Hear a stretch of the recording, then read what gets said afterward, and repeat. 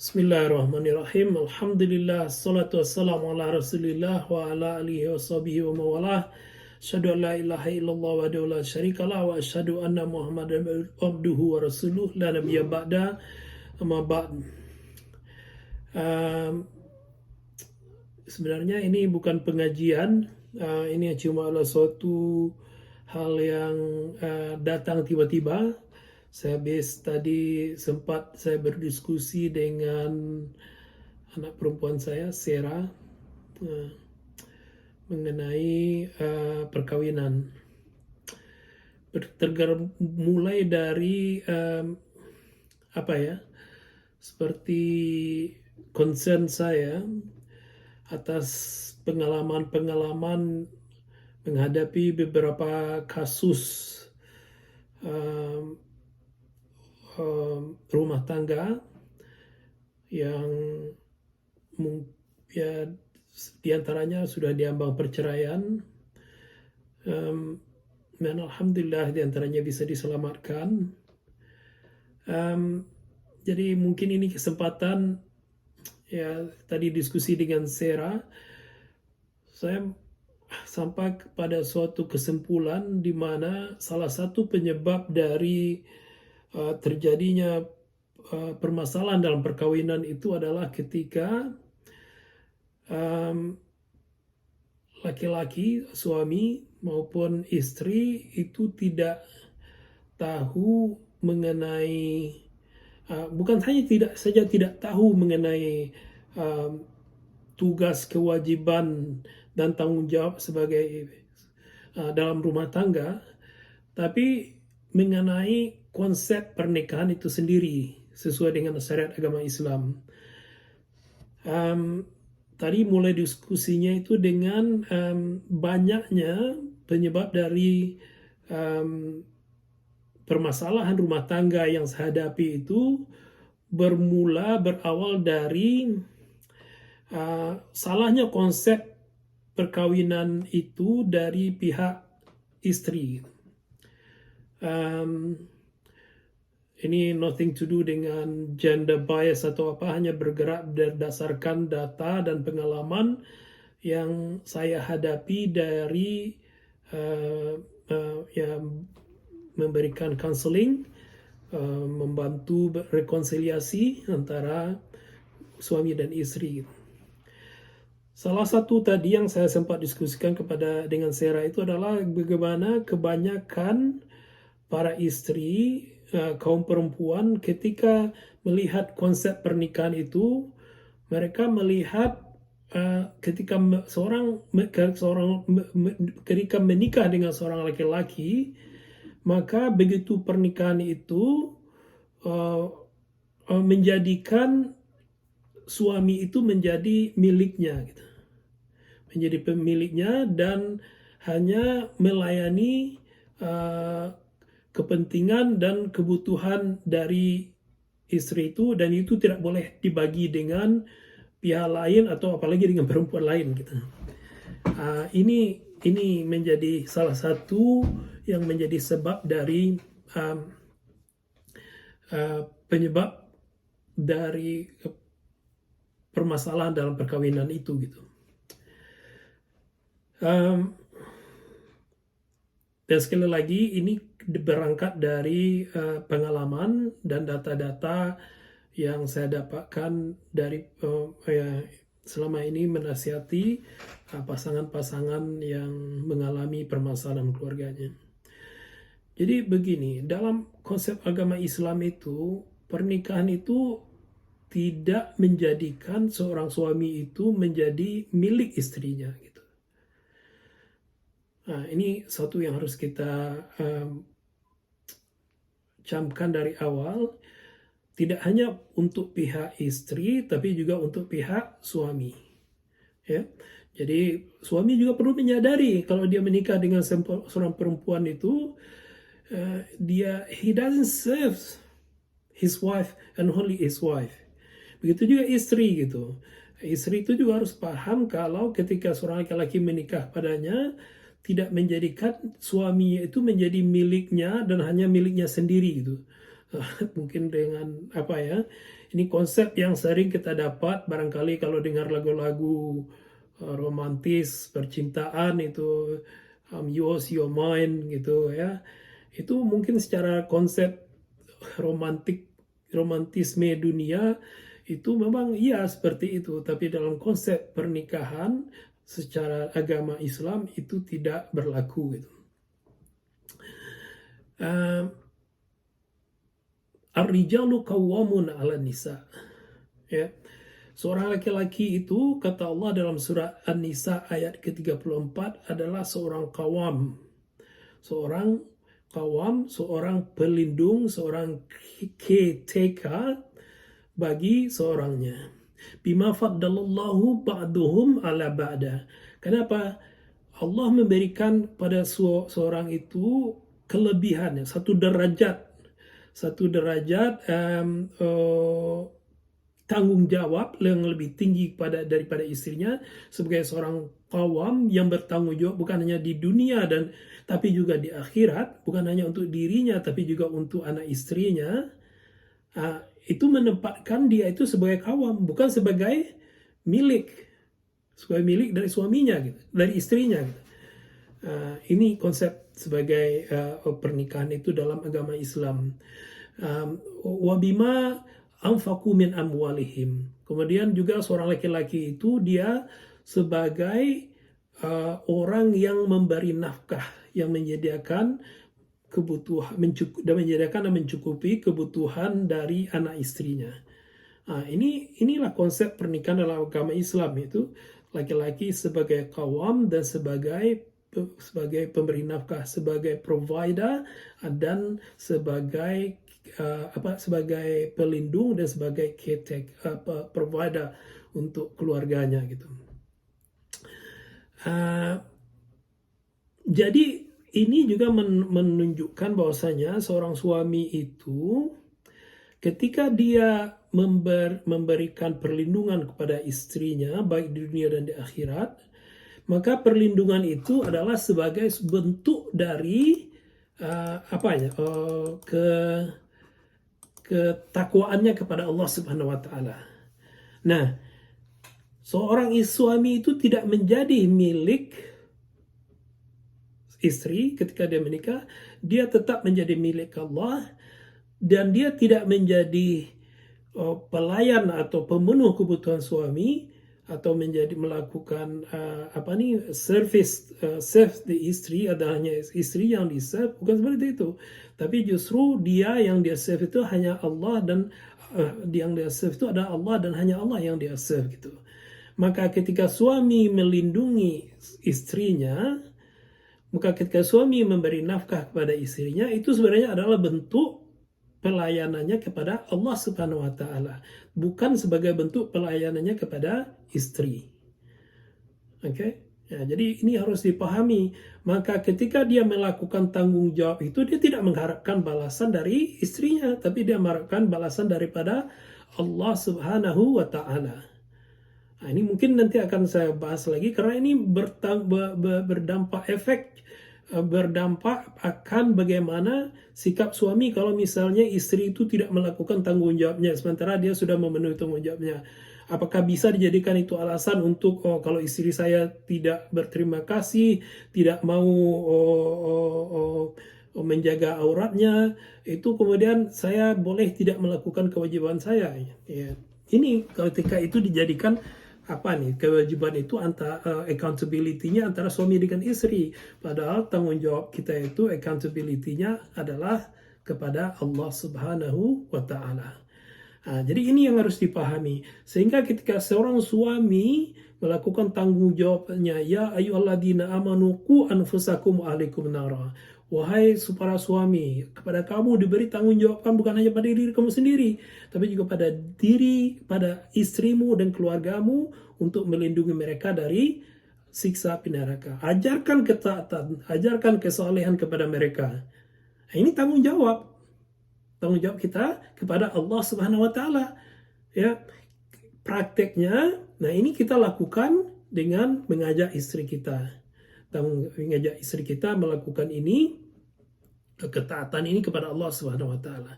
Begitu juga ketika dia memberikan nafkah dari hartanya, dari pencariannya untuk istrinya. Ini tanggung jawab dia kepada Allah. Tanggung jawab dia kepada Allah, bukan tanggung jawab dia kepada istrinya. Nah, maka yang seperti ini, jangan dari pihak suami, ini mindsetnya seperti ini, istri pun juga harus seperti itu. Ketika suaminya melakukan tanggung jawabnya kepada dia, jangan kita itu berharap bahwasanya kalau kamu sudah menikah berarti kamu milikku. Kamu milikku dan kamu harus mencukupi dan melayani hanya kebutuhanku saja tanpa melihat kebutuhan, tidak boleh ke orang lain, tidak boleh berbagi gitu. Ya, ini salah. Sampai-sampai sekarang itu kan ada seperti apa ya? Banyak viral itu. Kalau apa nih? Kalau kita dapatkan di sosial media, harta istri, hartanya, harta suami juga. That's wrong. That's not. No. Bukan harta suami itu menjadi harta istri, nggak ada. Nggak ada tuntunannya seperti itu. Nggak ada dicontohkan. Nggak ada ayatnya juga tidak ada hadisnya juga nggak ada, tidak ada dicontohkan juga oleh Nabi dan para sahabat gitu. Nah, suami itu menafkahi istrinya gitu, menafkahi keluarga, tapi bukan berarti harta suami itu seluruhnya menjadi milik dari istri gitu. Dan itu pun yang dinafkahi itu walahunna mithlul ladzi alaihunna bil ma'ruf, sesuai dengan kemampuannya gitu. Sesuai dengan kemampuannya. Jadi tiap orang itu kan berbeda kemampuannya. Ada yang bisa memberi makan 3 kali sehari, ya. Cuma ada yang bisa kemampuannya sudah dia lakukan yang terbaik cuma cukup untuk sekali sehari gitu.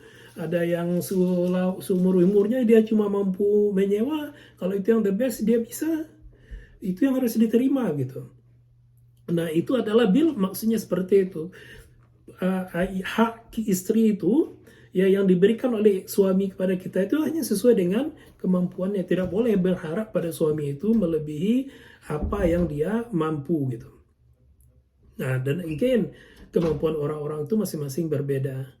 Ya, dan salahnya lagi, kita kan tahu juga, apalagi sebagai seorang suami itu selain dia adalah suami dari istrinya, dia itu juga adalah anak laki-laki dari ayah ibunya gitu.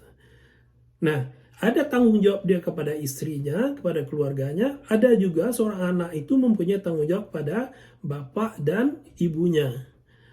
Dan para ulama sepakat ini adalah suatu hal yang sama pentingnya gitu. Malah ada yang sebagian ulama mengatakan kebanyakan ulama mengatakan lebih penting mendahulukan menafkahi ayah ibu kita, apalagi kalau mereka sudah tua, sudah tidak ada apa, sebelum kita menafkahi keluarga kita. Tapi kebanyakan ini suatu hal yang harus kita lakukan bersamaan gitu. Jadi kalau sampai konsep yang tadi mengatakan harta istri adalah hartanya, ya betul, dia bisa simpan itu sendiri, tapi harta suami itu adalah harta istri, ini suatu hal yang jelas salah. Karena dari harta, dari pencaharian, dari rezeki yang diberikan oleh Allah kepada suami-suamimu itu ada hak dari ayah dan ibunya. Bukan hanya hak kamu saja.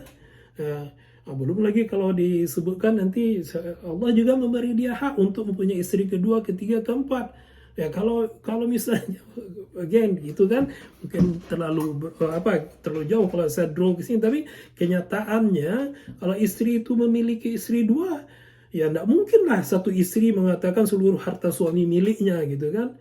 It just doesn't make sense gitu. Maka di sini adalah satu hal yang harus kita pahami bersama. Mohon ini juga jangan diapakan gitu. Mari kita ikhlaskan ini. Sebagaimana suami melihat tanggung jawabnya kepada istri itu sebagai tanggung jawabnya kepada Allah, sebagai ketaatannya kepada Allah, sebagai bentuk pelayanannya kepada Allah, seorang istri juga harus melakukan yang hal sama gitu. Tanggung jawab suami istri itu bukan untuk mengontrol harta suaminya. Tidak ada di sana. bukan mengontrol tapi menjaga, ya, menjaga apa yang menjaga harta suaminya itu, jangan diboroskan, jangan dihamburkan, jangan diberikan kepada orang-orang yang tidak disukai oleh suami gitu. Makanya ketika Allah mengatakan fasalihatu qanitatun hafizatun lil ghaib bima hafidallah, ya. Seorang istri yang baik itu adalah seorang istri yang salihah itu adalah istri yang menjaga, ya. Fasalihatu qanitat, istri yang taat pada suaminya, qanitatun yang taat pada suami. Tanggung jawab pada istri itu tidak, yang paling pertama itu adalah taat dan patuh kepada suaminya. Kemudian baru menjaga termasuk menjaga auratnya, menjaga kehormatannya, kemudian menjaga harta suaminya yang dipercayakan suami kepadanya.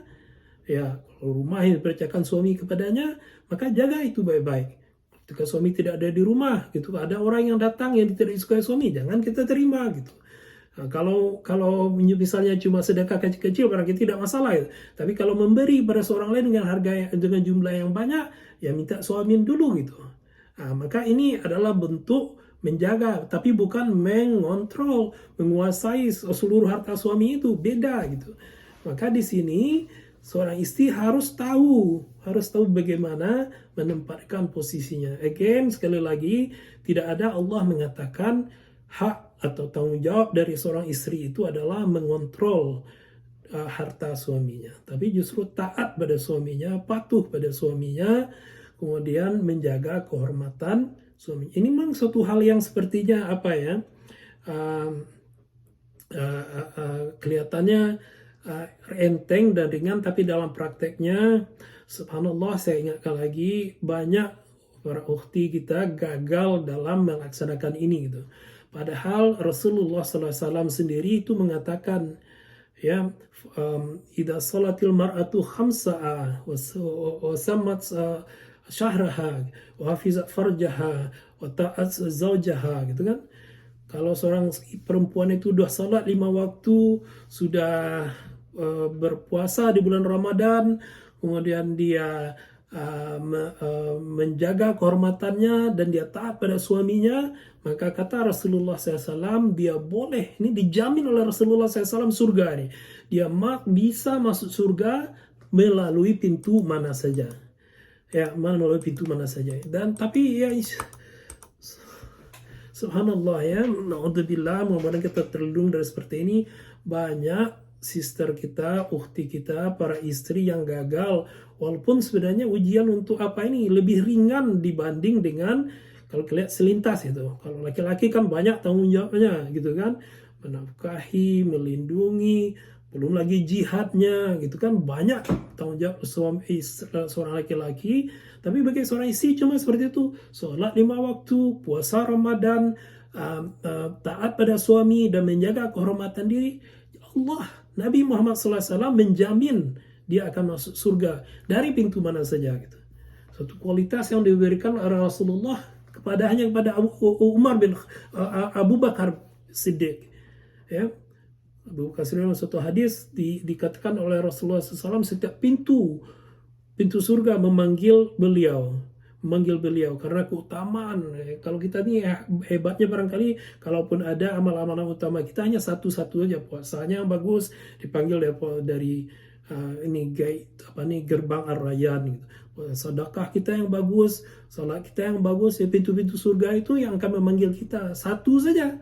Tapi bagi Abu Bakar Siddiq dan para istri yang taat dan yang mau menjaga kehormatan dirinya dan menjaga harta suaminya, kemudian dia sholat 5 waktu, dia puasa Ramadan, Allah jaminkan ini. Allah jaminkan pada dia surga seperti yang diberikan kepada Abu Bakar radhiyallahu anhu, Abu Bakar Siddiq radhiyallahu anhu. Inilah kemuliaannya. Tapi kita ingat juga ketika Rasulullah SAW diperjalankan oleh Allah pada malam Isra dan Mi'raj, salah satu pengalaman yang diberikan yang diperlihatkan kepada Nabi oleh Allah Subhanahu wa taala, yaitu Allah perlihatkan kepadanya surga. Dan kata Nabi SAW, aku lihat majority of the ahli surga itu adalah para kaum fukara. Dan ketika diperlihatkan kepada aku neraka, aku lihat majority penghuninya itu adalah kaum perempuan. Kenapa? Karena mereka tidak taat pada suaminya, karena mereka tidak bersyukur pada suaminya.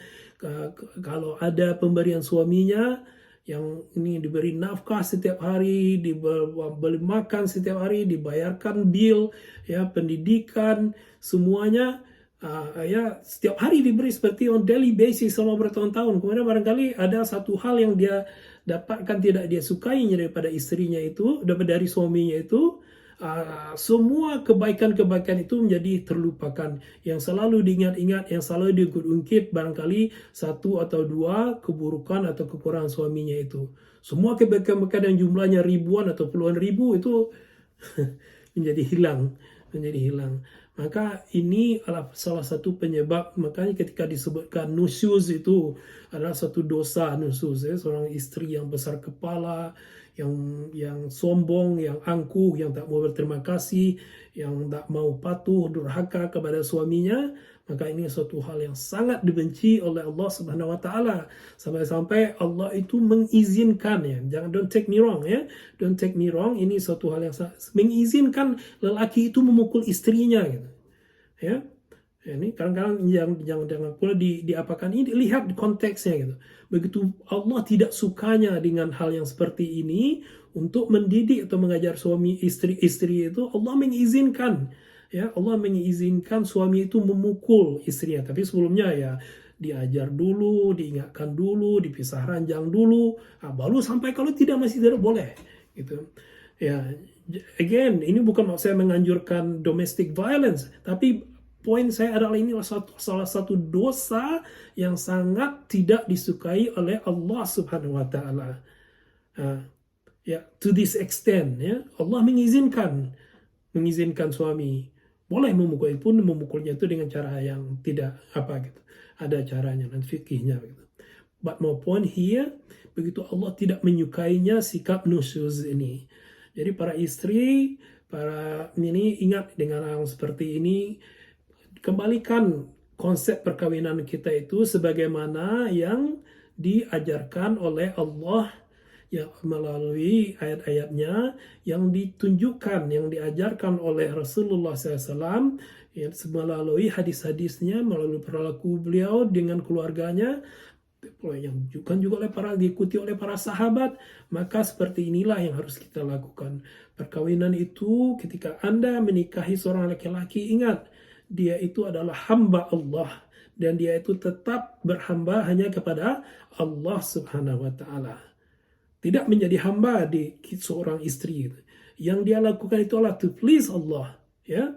Dan ketika dia melindungi istrinya, ketika dia mendidik istrinya untuk menjadi soleh, anak-anaknya menjadi soleh, untuk melindunginya dari api neraka, untuk kemudian menafkahinya, mencukupi kebutuhannya, itu adalah bagian dari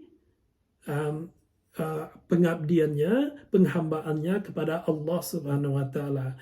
Ya, tanggung jawabnya itu adalah tanggung jawab kepada Allah, bukan kepada kita gitu. Nah, maka ketika hal yang seperti ini pun juga seperti itu. Seorang istri tidak beri tanggung jawab ini, kita boleh mengingatkan gitu.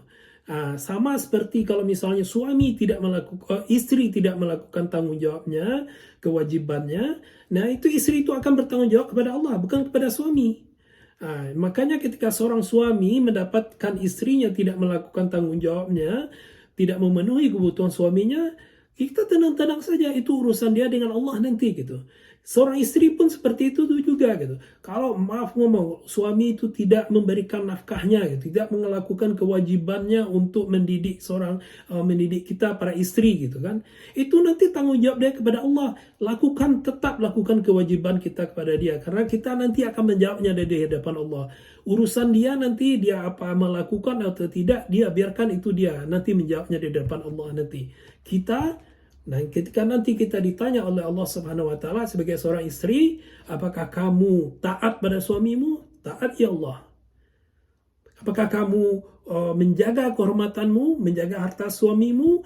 Betul ya Allah, itu yang aku lakukan ya Allah.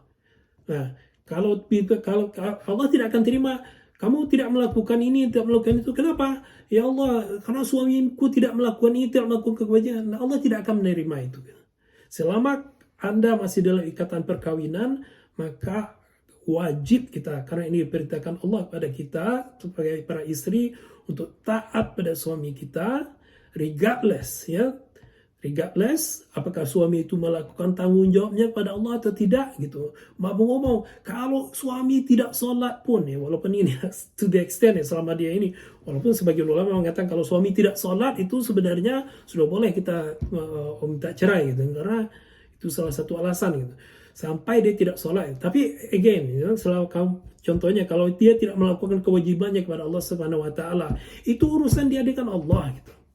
Itu urusan dia dengan Allah. Biarkan dia nanti mempertanggungjawabkan itu di hadapan Allah. Bukan, it's not your concern. Okay? Walaupun nanti sebagian ulama mengatakan kalau dia sudah sampai kepada level dia tidak sholat, itu boleh dijadikan alasan bagi kita untuk meminta khuluk, meminta cerai kepada melalui persetujuan imam. Dia tidak dia tidak memberi nafkah contohnya. Contoh dia tidak memberi nafkah gitu. Look, if you can survive, kalau bisa bersabar kita bersabar, kalau tidak, maksudnya kalau kita bisa bersabar, tetap kita lakukan kita lakukan kewajiban kita gitu. Tetap menghormatinya, tetap menghargainya, tetap bersyukur kepadanya, kepada Allah ya, menunjukkan apresiasi kita sekecil apapun kebaikannya, karena itu adalah perintah daripada Allah kepada kita gitu. Mudah-mudahan bermanfaat. Wabillahi taufiq wal hidayah. Assalamualaikum warahmatullahi wabarakatuh.